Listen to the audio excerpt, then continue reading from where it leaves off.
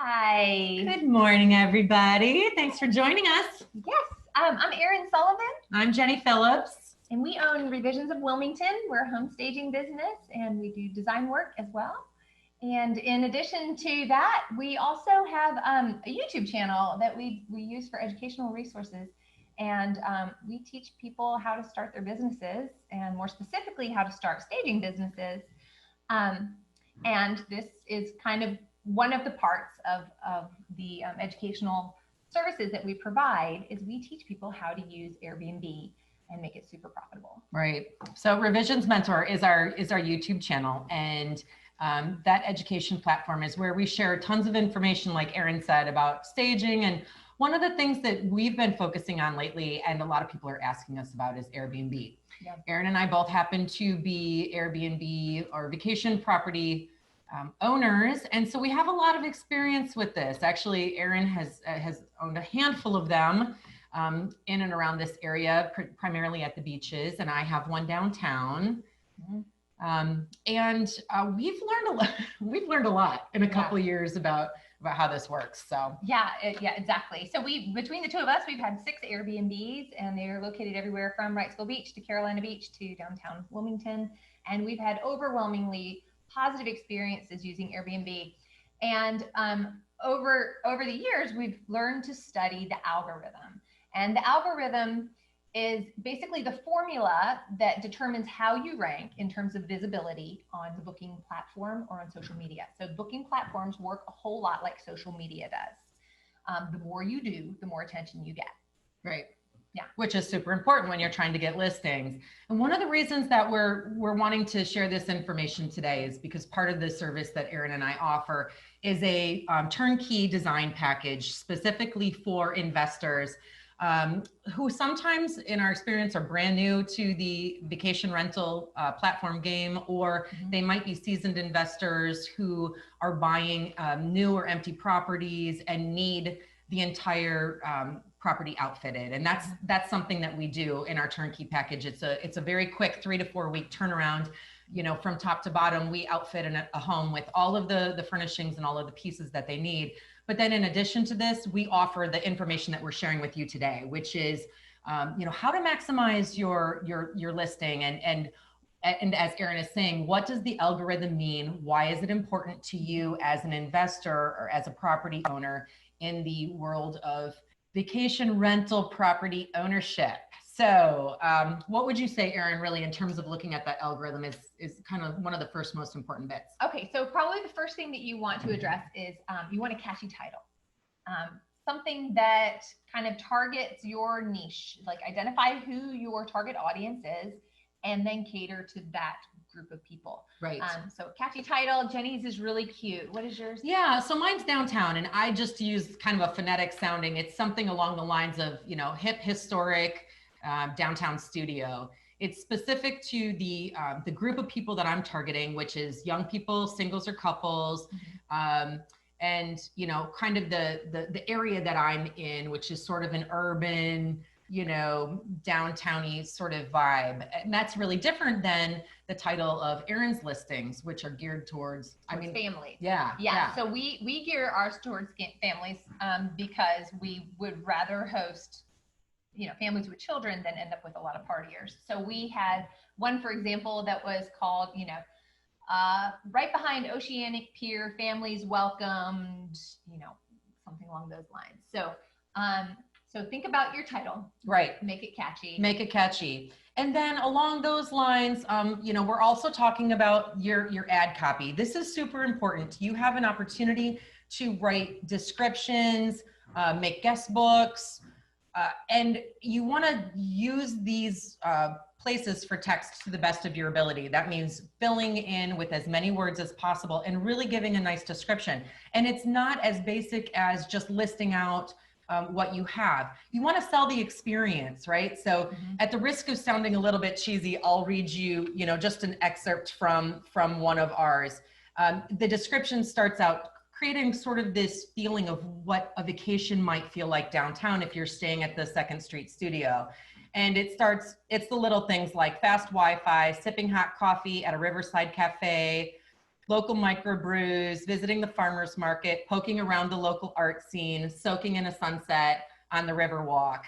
All of these things are in the heart of downtown. So, you know, my listing is built to emotionally speak to people who are searching for vacation places. Yeah. Exactly. So in addition to your description of your property, you want to make sure that your photo descriptions are lengthy, as lengthy as they will let you, because it has to do with ad copy. The more ad copy you have, the more attention you're going to get on that booking website, the higher you'll rank. And then along those same lines, you want to change your listing details regularly, seasonally. For example, update with local events. Put the seasonal parking information or holiday promotions. You want to change that ad copy, you know, quarterly. And part of the reason for that is the more active you are on the platform, the more attention you're going to receive. So we say things like, you know, here's the best kept secret, you know, at Carolina Beach is that, you know, our locals love the fall because there's no traffic, the weather's fabulous, and you know, and it's a great time to come to the beach. So you want to update your descriptions frequently. Yeah. Put in events that are coming up. You know, what's happening? Is there an art show coming up in October? You know, use the things that are going to appeal to people who are coming to the area. And then your photos are really important. I don't know about you guys out there, but when I'm traveling, I use Airbnb to find places to stay. And if I am not compelled by the first, maybe the second photo on a listing, I'm already, you know, disregarding it and moving on to the next one. Yep. So you don't need a ton of pictures, although it certainly doesn't hurt, but you want them to be really good. Make them compelling, edit them so that they look beautiful. You want to really show the space in its best possible light to sell it. People make decisions on like visual impact. Yeah, just like that. Yep. Very quickly. Yep. Yeah, exactly. Okay, so this next tip, if there's anything that you take away from this, it's this one tip. It's critical. Update your pricing regularly. And what I mean by that, I get up in the morning, I pull up Airbnb, VRBO, Booking.com. I'm on a lot of platforms. And if I have like the end of October, if I have a week that's open, I hop on that week and I change those prices up or down $5 or $6 or $9. You know, it really doesn't matter, but the point is that you're active on the platform. So updating your pricing kind of regularly is super effective. I've noticed like there's one property I manage, and you know, it was kind of like dead in the month of November. So I hopped on there and I just played. I didn't drop it $25 a night. I dropped it like $7 or $8 a night. And I went in and changed all the prices for November. And within like 2 hours, I had 2 booking inquiries. Yeah. So it kind of, you know, it's part of that staying active on the platform. Yeah. Erin's not kidding. She actually updates her listing pricing every day. You know, to stay high in that ranking on the algorithm. And then also to, I mean, you can kind of maximize your experience there too. You know, let's say it's Monday and you haven't been booked for the upcoming weekend yet. Mm-hmm. Pop on there and drop your price a couple bucks for Thursday, Friday, Saturday night. Yeah. To one, boost your listing back up to the top of the list when a person searches, and you know, increase your chances for getting booked. I mean, you do it every single day practically. I do. Yeah. I honestly do. And it takes 2 or 3 minutes. It's not a huge time investment. It's just but it's a super high impact time investment. Yeah. I mean, basically we've had nearly 100% occupancy in our units. I mean, we've, out of 4 places we've owned, we were only able to sleep in each of them one night. Yeah. Because the priority was to make money. So we didn't block off dates to use it. And since we didn't block off dates, we used these tactics to keep it booked. And then we, you know, we would buy them and sell them and buy another one and redo it. And, you know, so, and the other thing that you are kind of graded on in terms of the platform is your response rate and your response time. So if you get a booking inquiry or you get an instant book, respond immediately. And that's why it's super important to have the app on your phone so that you get those push notifications. The faster you respond, the higher you're going to rank on the platform. Yeah, they judge you. They track it for you. Most of these platforms are really smart about giving you feedback about how fast your response rate is, how consistent your response rate is. That affects your superhost status, which we'll talk about in another minute here.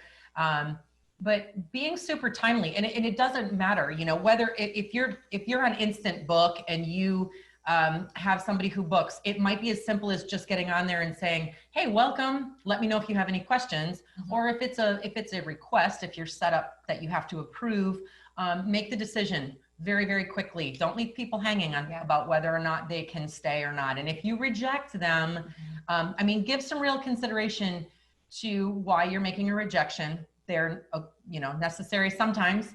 But you want it to be a pretty darn good reason, because that will affect your algorithm as well. If you're consistently rejecting people, the platforms pay attention to that. Yeah, it can affect your rank. But honestly, if your gut tells you to reject somebody, if they're coming for the wrong reasons, it's your home, it's your property, it's a huge investment. We have also learned over the years that it's okay to reject people. It's too bad we don't have time for some stories. Oh, we got stories. You got stories. We've got some weird stories, but yeah, but for the most part, it's been wonderful. Like we've had really great guests. We have. Or else we wouldn't be in this game. That's right. In terms of setting your minimum and maximum nights, the more broadly you give options to people, the more you're going to show up in searches. So you want to have a suitable number of minimum nights. I usually go with a 2 or 3 night minimum. And then in terms of maximum, I don't go typically higher than 28 days without engaging in an actual lease, because I don't really want to get into that kind of legal stuff with renters. So monthly discounts are also helpful, weekly discounts, and especially at this point, because of COVID, there's so many homeschooled kids and parents are looking for a change of scenery. So as long as you have strong Wi-Fi and, you know, a kitchen table, people can take their kids on vacation and also keep up with their schoolwork. So, you know, offering weekly discounts are great. And we do advise you to do that. Right. So next we're talking about expectations, and this is another important piece for really making it clear to your potential renters what your rules are, what your expectations are. We're talking where you stand in terms of pets, in terms of smoking, in terms of parties. These things are important. The clearer that you can be upfront, the less your potential renters will be surprised. If you have penalties for any of these things, you want to be super clear up front about what those are and how serious you are. And then beyond, you know, really the rules in terms of expectations, you want to let your renters know what they can expect in terms of the amenities that you offer. And you want to get really detailed here. You know, Erin's rentals are at the beach, so she's focusing on the fun stuff for families like beach chairs and peck and plays and high chairs and that sort of thing. My listing is downtown, so I'm focusing on, you know, resource lists of, you know, the best microbreweries and art events and gallery parties and that sort of thing. So, you know, really showing them the whole big package of what they can expect is key. The next suggestion, it goes back to ranking on the algorithm, and you know that photography is important. You know, you want to have photo of every room from several different angles. But another thing that you want to do is update your photos regularly. Reorder your photos. You can do that on the app by just dragging it up to the top so that you can update your cover photo. That's another thing that you can do to stay active and then also stay ahead of the algorithm. And we touched on pricing a little bit. You have the option on some of the platforms of using the auto pricing tool. You want to, again, if you're going to go in every day and update something, pricing is a good place to do it, right? You know, if you see that you've got a couple of dead spaces, you know, maybe a Tuesday and a Wednesday night midweek, those tend to be a little harder to rent. You know, go in and adjust the pricing a couple of bucks, drop it down. You know, like you always say, Erin, I'd rather rent for $100, than nothing at all. So, you know, stay on top of your pricing. Pay attention to holiday weekends, seasonal things like, you know, summertime, prices in this beach community go way up. Make sure that you're adjusting accordingly and staying in line, you know, kind of with what else is happening in the market. So yeah, and the reason you want to do that is that, like, if you can book up to 12 months in advance. So if, you know, if you're not staying on top of your pricing and somebody sees that a year from now, next June, they want to book, but you still have your winter rates on there, they're going to get in at a much lower price. And sometimes for me, when that's happened, it was worth it for me to actually cancel that booking, because it was like $169 a night when I know that I can get over $300 a night in the peak season. Canceled that booking and then changed my pricing. So, you know, it's a risk and it can affect your rank, but you want to stay on top of your pricing, and don't let people book, you know, next summer at this winter's rates because you kind of forgot, you know what I mean? Right. Yeah. Another thing that you can do that can also just ensure that, you know, the goal of 100% occupancy, if you have guests who are booked, say, you know, Friday through Tuesday, and then your next check-in is on Friday. So you have Tuesday night, Wednesday night, Thursday night available. If you don't get those nights filled, one thing that you can do is go back to those renters and say, hey, if you'd like to extend your visit for an extra couple of nights, you can have it at 50% off. Because one, it just ensures, it doesn't cost you anything to let somebody stay a couple of extra nights. You just have to move your housekeeper to the day that they check out. And it ensures that you're making money, right? And people really appreciate the offer. You know, a lot of times they love it and they want to stay a few extra nights, so if they can make it work. I've had really good experiences doing that. So yeah, I feel like a lot of Airbnb property owners don't know that they can make special offers to their guests, either future guests or current guests. But the platforms allow you to go in, and regardless of what your price is set at, you can go in. If somebody inquires about your property for some certain dates, you can go in and respond to them with a special offer. If you want to give them 20% off, if you want to give them a free night, you know, that's kind of up to you, but you can do that within the platform. And I think that's super smart, Erin, about, you know, offering people an extra night or two. If it's not booked. They're already there. Right? Yeah. I've done that quite a few times too. And everybody seems real happy when that happens. The guests feel like they win, and we of course are on the winning end of that. So Exactly. Yeah. Couple of words of caution. In my experience, I avoid renting to local renters unless they have a really good reason that they need to stay at our place. We also, for that same reason, my family does not allow one night minimums. We have a minimum of 2 night minimums. And what we found is that every time we have rented to a local renter who wanted to check in the same day and only for one night, they were up to no good. So there, you know, we found narcotics inside the condos and things like that. So if you want to avoid that kind of thing, we suggest, you know, we do same day check-in, but not for a 1 night minimum, because you just want to avoid that. Yeah. It's important, especially if you're not local to your rental properties, to have a housekeeper and handyman on site. You know, in my Airbnb downtown, it's a very small condo building. So my next door neighbor is kind of my go-to person. When I'm traveling, she's able to be kind of my point person and run over or take care of minor issues. But it's kind of key to have a little bit of a team. And you can actually even set your platforms up to keep those people in the mix of the comings and goings of your renters as well. So you can share your calendars with people. Another thing that's just an important item is get good insurance.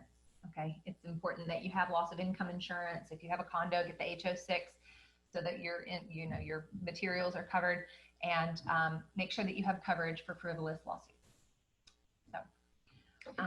All right, last but not least here, let's just talk for a few minutes about reviews. I mean, we understand inherently that reviews are super important, but the truth is they're probably the most important thing when it comes to how the platforms are ranking you, how they're judging you, and how you're showing up on a search when somebody's looking for a property in your area.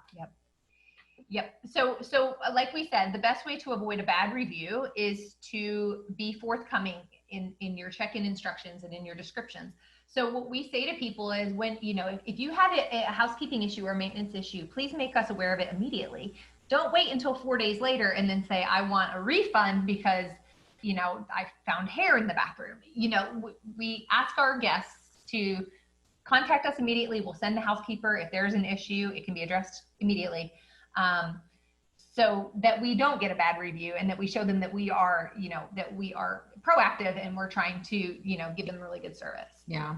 Erin and I go so far as to give our personal phone numbers to guests so that they will contact us directly if there's an issue or a need. And that usually is enough. That's usually what people need to be satisfied, feel comfortable. Yeah. And those reviews are so important. The superhost status, which is specific to, some, not all platforms, it applies.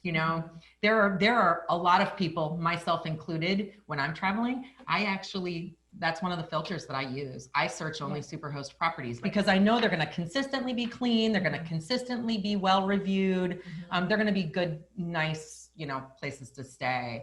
And you know that they have that on the line too, because if they get negative reviews, they're going to compromise their superhost status. And there are actually monetary benefits to getting superhost status over and over again. Yeah.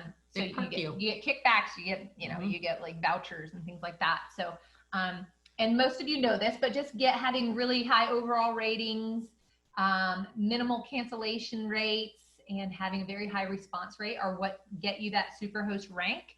And, it varies a bit across the different platforms, but it's kind of the general rule is responding and not canceling on your guests. Right.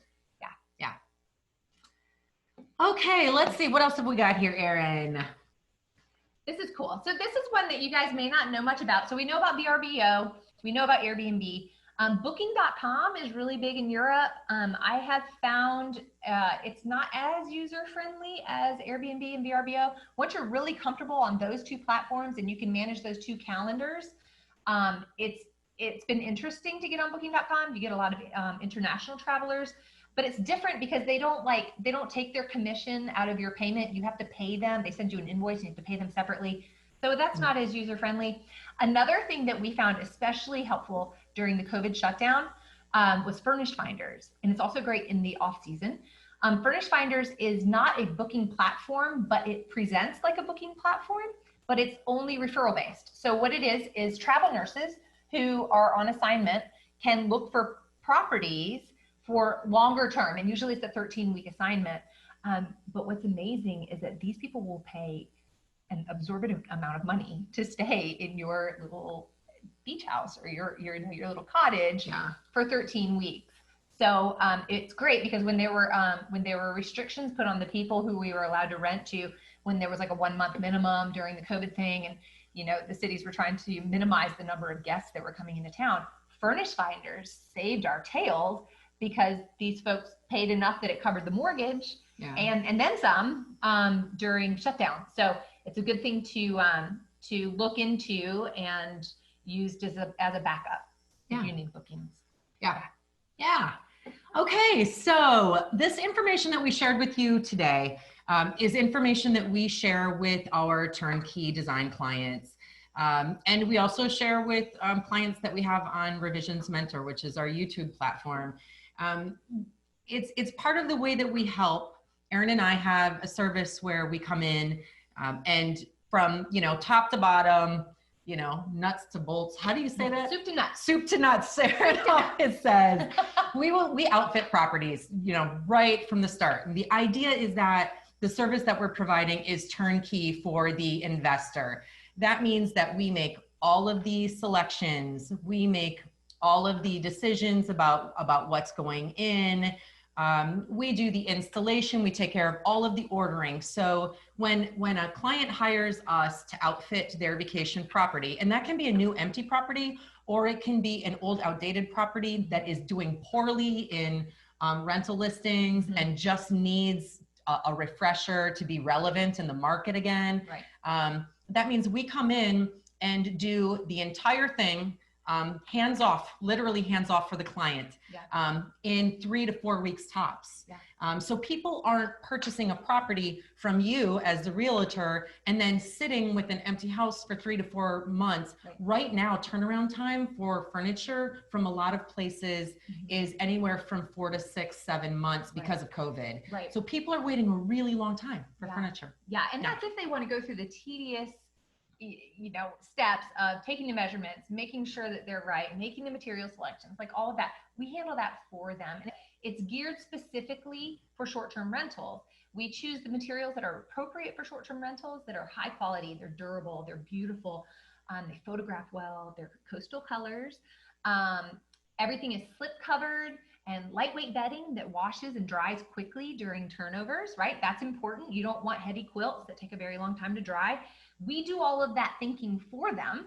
So, and in addition to that, polypropylene rugs. So that's an indoor-outdoor rug material. It feels like indoor, but it's made of recycled plastic. And if it gets dirty, you take it outside, you hose it off, and you throw it over the fence to dry. Yes. So these are kid-friendly finishes. These are things that are going to last for a long time. They're going to photograph beautifully. We help with, we do the staging, we do the photography, we do the layered accessories and appropriate lighting. And, yes, it includes all of your art, all of your lamps. It includes everything. Mm-hmm. It's a turnkey deal. Yes. So we would love if you would think of us when you have clients that are purchasing investment homes who may want the ease and benefit of just handing the furnishings and the upfitting of a property over to somebody else. We would love to be the people that you think of. Yeah. So please think of us. We will also provide your clients with the information that we shared with you today. Mm-hmm. We benefit from your client becoming a very successful vacation platform rental person. So mm-hmm. if we can help them by teaching them the things that we've shared with you today, we offer support in terms of how to get the listing up and how to really get it running. And then we throw in a bunch of other really nice things for your clients as well. We give them all kinds of checklists for how to stay on top of their housekeeper and mm-hmm. how to stay organized. And, a lot of that applies to first-time people in this arena, but that's not entirely true because we have many people who've been doing this for a long time who come to us and they're like, holy crap, I wish I would have known, yeah. I could get my photos from you. Right. And that's just all part of our service. So yeah. Anyway. Yeah. So guys, if you have a client who's kind of on the fence, that they're interested in maybe getting into this arena of short-term rental properties, but they're not quite ready, and you need some support kind of pushing them to take the next step and invest in that property, tell them about us and make us part of the services that you provide. We are happy to do this for your clients and discuss with them, what we know and share, these sorts of webinars and these training materials with them so that they can be successful and ultimately you land the deal. So. And if you have any questions for us and you yourself are looking to do this or just getting started in terms of running your own vacation rental properties, call us. We love to help. Revisions of Wilmington is our staging and turnkey design business, but Revisions Mentor is a free educational platform. And we answer questions every day, all day, every day. Okay. All day, every day for free on that platform. And we want to do that. And we love being part of a growing, really awesome, supportive community of people, both locally and internationally now that we've expanded our YouTube. So thank you guys for showing up. We love to see you here. Call us, email us. Oh, and thank you. And thanks for your comments, guys. I'm gonna drop our email addresses and contact information, or if you want to write it down, it's Jenny@revisionsofwilmington.com and Aaron@revisionsofwilmington.com. And shoot us an email if you have a specific question, or you want to jump on a phone call, shoot us your phone numbers, and we're happy to help. Thanks so much for tuning in, guys. Peace. Bye.